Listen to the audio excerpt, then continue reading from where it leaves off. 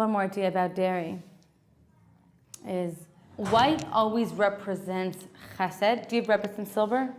I'm sure she's spoken to you about this, right? White always represents chesed and kindness and giving.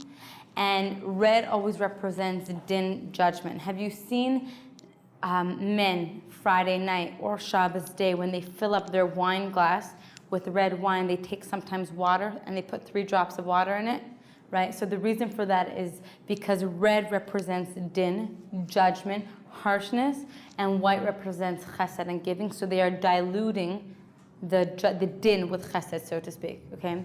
So chesed, white, we're eating dairy on Shavuot, representing that God was showing His chesed to us by giving us the Torah. What does that mean, showing us His chesed by giving us the Torah? The Torah actually seems like a whole book of rules and instructions. And to be honest, if you want to have chesed on me, God, maybe give me let me just keep the 7 Noahide laws and I'll be fine, right? Do you sometimes feel like that? Like this Torah is a whole book of rules, right? That if you really loved us, right, like what's with all the rules, right? We are the only nation in the world that celebrates by dancing with the books. Do you experience Simchas Torah? I went to 2 shuls on Simchas Torah in Ramat Beit Shemesh. I always, when I was younger, I'd like to first of all, Simchas Torah in here and in America is very different. I don't know if you've noticed that or if you've celebrated Simchas Torah. My experience of Simchas Torah was always guys getting drunk. It's not like that here at all. It's like just dancing. I didn't see any alcohol actually at all. So when I was younger, I loved the wild and the guys getting drunk and the women singing and dancing and Torahs, right? But when I got older, the second shul I went to was it was like a small shul with old men, and they're all just holding these Torahs and just dancing so slow, like this, right? And you think it's so boring, right? Like you want the action. There's something so sincere about it, right? Torah is meant to be a gift. We dance with these books. We have 2 holidays where we celebrate the Torah. Do you know it is usher? It is forbidden. When someone is in mourning, we should never know. When you are mourning, a child is mourning a parent, you are not allowed to learn Torah. You are not allowed to learn Torah. Rav Avadia Yosef, when his wife Margalit Zatzal, Alav Shalom, when she passed away, he couldn't not learn Torah because he was so Torah's mayim chaim. It is literally water. It is literally what sustains us, or is supposed to be sustaining us, right? What is this Torah? I'm telling you the ideal. So if we don't feel this way, if I don't feel this way, the question is, so what are you guys talking about? When I'm mourning, I can't be learning Torah. Why? Because Torah makes you happy. The same reason they say you're not supposed. I learned this when I brought my daughter to a house of mourning one time, and I was visiting my professor from college, and she said, oh, you're not really supposed to bring a baby. She goes, because they're just too cute, right? I brought my daughter to visit her. She was sitting Shiva for her mother, and she was just smiling. She's like, and this is why you're not supposed to bring a baby, right? You're not supposed to be happy, which is why you can't learn Torah. When Rav Avadia Yosef, that's how his wife passed away, he needed to learn it, right? So he learned the only thing he was allowed to learn, which is the tractate, the section on the laws of mourning, so he can know what to do, so to speak, right? So Torah is this ideal book that's supposed to bring one to happiness, that during times of sadness, we're not allowed to learn it. And let me ask you a question. Do we feel this? Let's be honest here. What is our relationship to the Torah? What connects us to God? How? What connects us to God? How? It's an entire book telling us how we can connect to God. Through the mitzvah. Yeah. Meaning through the mitzvah we connect to God. That's what Ava's saying. Okay, what else? Shayna? I was thinking same thing as Ava. Which is? Just it's a way to connect you to Him. Okay, nice. And you connect to Hashem. What else? Any ideas? What does Torah mean to us? In the most real way. It's a way to guide your life so you can be happy. A way to guide our life so we can be happy. That is so nice to hear. That is so nice to hear. Wow. I think it connects you to, like, not just to God, but like to the Jewish people, and like to your, like, not just like your family and like your ancestors, but just like all of us as a whole. Like it's something that we like share. It is, and it's really powerful. Thank you for sharing that. It's really powerful. It's like the mother tongue in the home. The Torah is like that family album, so to speak, that like we all share, which is why you have people who aren't even connected, so to speak, in the sense that they're doing the mitzvot, but to Judaism, to the Torah, they're connected to it. A girl in another class, she said this funny story, and there are so many like this, especially in Israel, where like you think this guy is like doesn't even know the word God is like it's not even in his lexicon, and they'll like ask you these like complicated questions on like Torah. They're like, how did you know that? I actually have a funny story. I'm going a little bit off topic. I was riding the train once here in Jerusalem. I don't know if I told you the story. Tell me if I did. I was riding the train here in Jerusalem, and there was this woman, like I looked like this, and she looked like this, like tall, beautiful, blonde hair, big sunglasses, like stilettos, just like very like fancy put together, like jean pants. She looked beautiful. She was standing right across from me on this like packed train, and this man was going around asking for tzedakah. And like, tzedakah. So I went into my wallet and I pulled out like some coins to give him, and I gave it. And when he came to ask her, she like went like that, like very obviously like no. But she saw me give. So she said to me, she said, Harav sheli hu amar, right? My rabbi told me, which like a raise, like that's Israel, right? Like people who are like so not, like they look like they're not connected, right? But she's like, so my Rav told me one time that when I was in his shir, that when someone comes, if you don't know where your tzedakah money is going to, you shouldn't give it. She was trying to like justify to me, which she didn't have to justify, but why she didn't give tzedakah. So I said to her, I said, you're right, but I would rather give to someone, and I hope he doesn't need the money, right? That would be great, like if he's not actually poor, then God forbid not give to someone and he needs the money. And she took off her sunglasses and she goes, Tagidi bemet, amaminat koze? She like told me, like she took off her sunglasses, I can't see now. She's like, do you really believe in all this stuff? Like Torah, do you believe in God? Like, do you really believe in all this stuff? So I was like, in what? She's like, Be Hashem, like really believe in Hashem and all this? And I was like, okay, I'm on a train. I'm getting off in like one stop. I'm getting off in like two stops. She's probably getting off in one stop. So how do I do this? Okay. So then we had a really quick conversation of, are you on a train? You know, did someone build this train? Do you see that house? Do you believe someone built this house? So I said, well, what makes this world any different, right? Like, who made this world?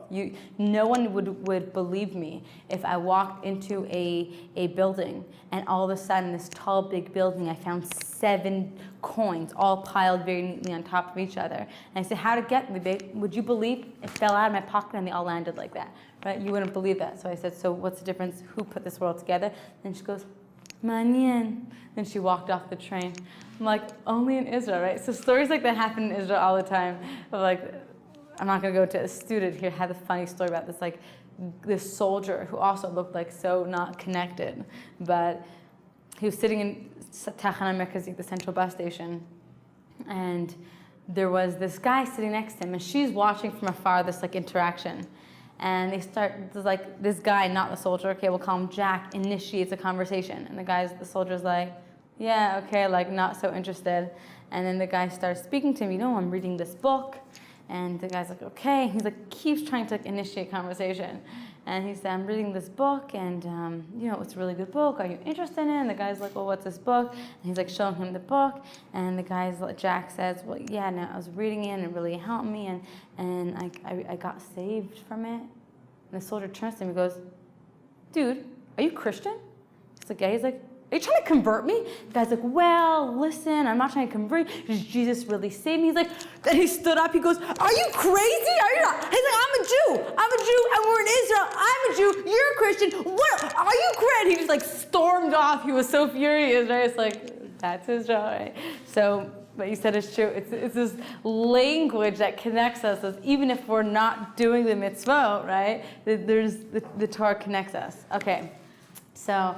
And there are so, I could like tell you all these like great Israel stories like that, like cab drivers, right? Like cab drivers here know like more Torah than I can ever know. So anyway, so we said that it's something that connects us. It's our relationship to Hashem, right? It connects us to Hashem. We said it is our language, right? And Hannah, what was it that you said again? It's a guide to our life. Right, that was beautiful, right? It's a guide to our life to make us happy. The Torah is for us. When Moshe Rabbeinu went up to get the Torah, there's a Gemara in Shabbos that says, Moses went up to get the Torah, and the angel said, God, what's that guy doing here? And what did God tell them? He's here to get the Torah. And the angel said, God, he's here to get the Torah. Why would you give it to man? They're going to mess it up, right? They're going to mess up the Torah. Don't give it to man, right? Keep it here in heaven with us angels who are perfect, right? Angels don't leave footprints. Human beings leave footprints. And it says, the Gemara says, God turned to Moses and said, Moshe, defend yourself. I'll read it directly. Moshe said, he turned to the angels. This Torah that is being given to man, well, tell me what's written in it. They read from the first commandment. It says, Ani Hashem Elokecha asher tzitzicha me'eretz Mitzrayim. I am God, the God who took you out of Egypt. He said to the angels, were you ever enslaved in Egypt? Right? Did you have a paro that you had to answer to? And the angel said, no. Okay. And he says, I'll just say instead of reading, it's pretty long. And he says to them, well, what else? What else is written in this Torah of yours that you're giving to man? And the angel said, you should have no other power. Should be no other God. And he said, do you live amongst other nations that you are tempted to worship their gods? He said, no, right? Do you live in America where saying the word God is more inappropriate than saying the F word? No, we don't. What else is written in this Torah? He said to the angels. They said, do not commit adultery. He said, are you tempted by your neighbor's wife? Do you live down here? What else is written in the Torah? Don't steal. Are you tempted to steal your neighbor's car or go into a store and you don't have enough money so you just want to take it? And he kept going through the questions. And at the end, it says the angels gave him blessings and presents, and even the angel of death sent him with presents, right? Why is the month of the Torah? Why is that given to human beings? Why is the sign twins? Why is it given to human beings? And why does it say that the angels say, you're right, it's for you? We are going to mess it up. So why are you giving it to us, God? We're going to mess it up. Shabbos is hard. Shabbos is hard. 6 days a week I'm using my smartphone. None of my friends are doing the Shabbos thing. And I know there's all these fun Snapchats and WhatsApp and Facebook. Does it really matter if I just swipe? Like, really? That's going to ruin my connection with you, right? It is hard. Dressing snew. I know, it's pretty hot outside. And I'm the weird one, not my friends, right? No one's dressing like this. But so why are you giving it to us, God? And what does God say? Because it's meant for man to mess up. It's meant to, every single one of you said, it's meant to make us happy, which is why you can't learn it in a house of mourning. So if it's not making us happy, and if I feel like Torah is a burden, and if I feel like, man, what I get myself into, then there's something wrong here. When you see people who are moping and depressed, but they look religious, there's something wrong there. Torah is meant to bring us to happiness. Yaakov Avinu, Jacob, did not have Ruach HaKodesh, divine inspiration, for 22 years. Do you know why? His son Yosef was missing for 22 years. His son Yosef Was right, Yosef, when his brother sold him, he was missing for 22 years.